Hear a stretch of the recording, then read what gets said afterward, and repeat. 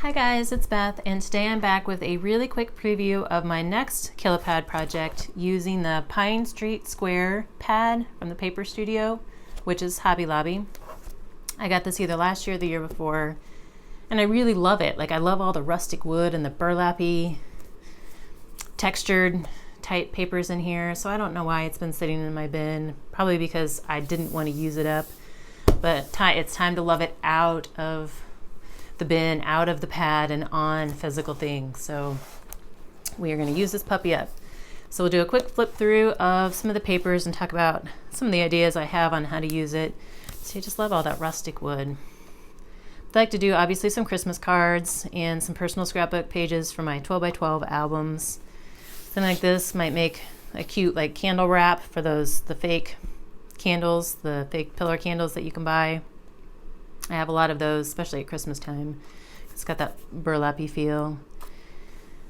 Do some bread wraps, some Christmas tags, and there's some of these numbered cut aparts that would be great for some type of Advent or Christmas countdown theme. Like, I'd love this for one of my personal scrapbook pages. I love that combination of the wood and the plaid. Don't know why. Just got that. I love that rustic cabiny feel too. Could do some hot cocoa envelope packs with this, and then this paper, the Santa, is probably my favorite page in the whole pad, and I think I want to do some coasters with this, some Christmas coasters, and then probably a Christmas trivet for myself, but for sure some coasters because I love the Santas. And then there's also some blue and snowflakey wintry pages.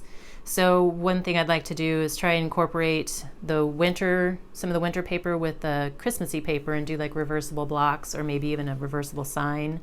Like this would make a good sign. Some of these I could make some cute little paper ornaments with it. Here's another one that might be a cute sign if I can dress it up a little bit.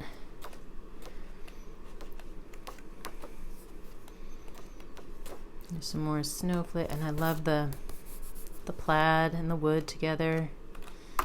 And then this is probably my other favorite page in here, are the holly berries and leaves on top of that wood.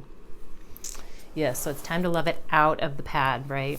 And there's originally 60 pages in this pad, and there's probably pretty close to that left. I've only used a few pieces of pages, and I don't even know if I've used any full pages or not, but so there's lots of paper to work with here.